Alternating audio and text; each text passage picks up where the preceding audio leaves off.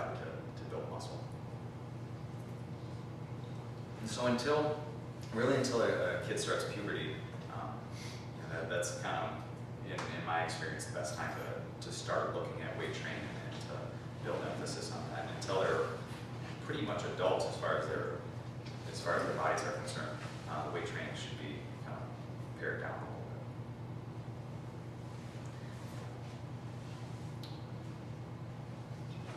So, let's move ahead. Kind of worked through the next handout. I didn't really cue you on that, but any questions from any of the nutrition, the bus stops, the final bell handout, or the blueprint basics?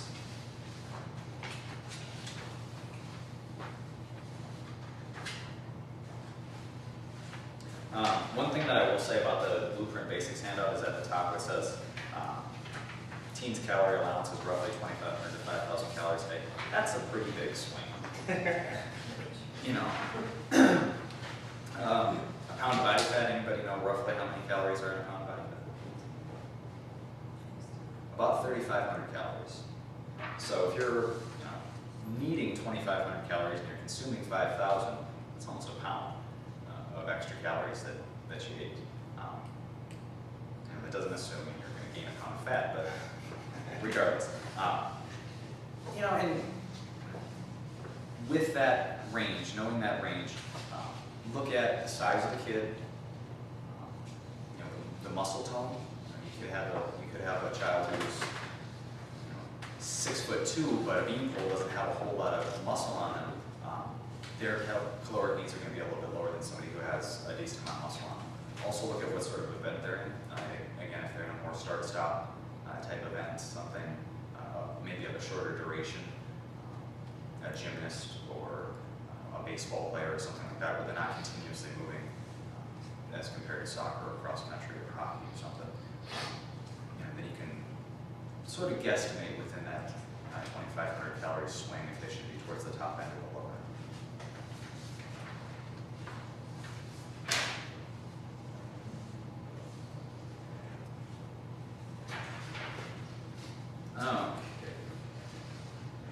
This Saved by the Bell handout, we were talking a little bit about simple sugars and complex sugars earlier. It's a good handout for that.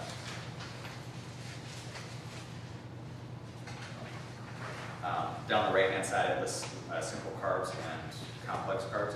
Again, the complex carbs at the top of the list are a good foundation for those pre-activity meals, for the pre-game meals. Simple carbs, again, are good for, not all of them. I don't know that I would recommend candy bars and things like that during an event, but things that come off that simple carb in small amounts during an activity, just to keep some energy and some sugar in the bloodstream for performance sake. Covers the low carb craze a little bit. Really not for athletes, not something that we want to get into. Sleep.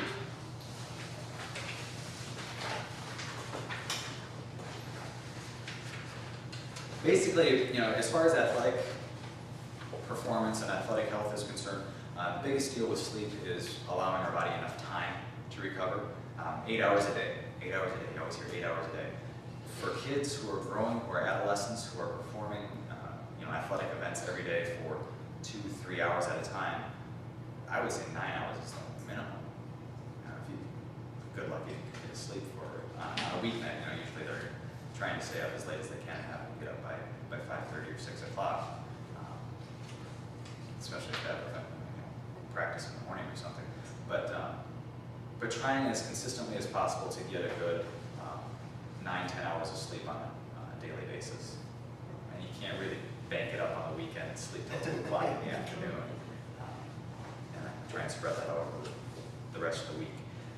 It talks a little bit about sleep cycling, I think under Do Not Disturb, and allowing yourself to go through a full cycle of sleep and trying to, we've all had that situation where we slept for maybe an hour and a half or 2 hours, we wake up and we feel fantastic, or we sleep for 5 hours and we wake up and groggy and tired. A lot of that has to do with where you woke up in your sleep cycle. If you you were in a real deep sleep and you have to wrestle yourself all the way out of it, you're still kind of groggy and still half asleep when you wake up.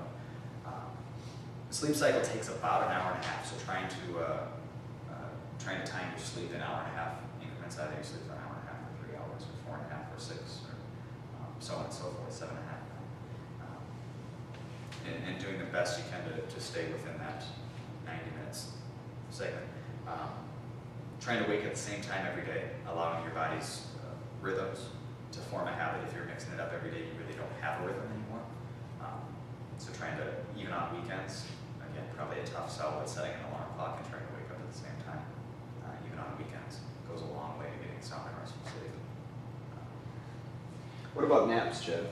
Naps, especially if you're having a hard time getting sleep in the evening, it's fantastic. But again, you probably want to keep it either real short, a 15 or 20 minute nap to avoid getting into that deep sleep, or give yourself plenty of time, a good hour and a half to 2 hours if it takes you a little while to fall asleep before. That in-between period, you're just going to be in the real deep sleep, and you're probably going to wake up more tired before you lay down. So. It's not that if you wake up, like say you wake up in 50 minutes, it's not that that sleep wasn't useful or beneficial. It's just that it's how you're going to feel, right? Right. You feel better if you make it right. Yeah, as far as we talk about recovery and so much of your recovery and healing happens while you're sleeping. Even if you wake up and you feel groggy, your body still went through that recovery process and you're better for it. But again, if you're tired, if you're trying to catch a nap, maybe before an athletic event or something like that, and you sleep for 50 minutes, you wake up feeling groggy, you can't hardly open your eyes, you're probably not going to play that well. So shorter, if all you have is an hour, maybe just trying to limit yourself to 15 or 20 minutes. Questions on sleeping? Struggle? Supplements. Any kids taking supplements? Is it vitamins? Well, vitamins, Or like fish oil type thing? yeah, I mean, those are more what we consider nutritional supplements, Gotcha. and for the most part, I say go for it as an insurance policy on your nutrition. I'm trying to get as much as you can from Whole Foods again, but specifically as far as supplements, like anybody doing protein supplements or creatine or anything like that. Protein powder. Protein powder. Okay. A little bit on the types of proteins. Probably the most common would be soy protein, whey protein, are probably the two most common. You may see some casein. Casein is the protein that I was talking about earlier with milk. The slower acting protein is a good protein for before you go to bed. If you're trying to get a recovery source of protein for immediately after an athletic event, whey protein is really the best way to go. Soy protein is an option if you're opposed to an animal source of protein like whey or casein, but really as far as effectiveness, soy protein's kind of third on the list. I would recommend whey and then a glass of milk before you go to bed. Is the best way to go. No sense of paying for casein. Protein drinks we would recommend at night before you went to bed, or what about during the day? Most of the protein drinks that you're going to find, like an EAS or a Advocare or a muscle milk or anything like that, the majority of the protein that's in there is going to be that whey protein, which is the faster acting protein. It's really good for after an event, after a workout, after practice, after the game. You can find some supplements that are more tailored towards that evening time, but I would say 90% of what you find is going to be whey protein.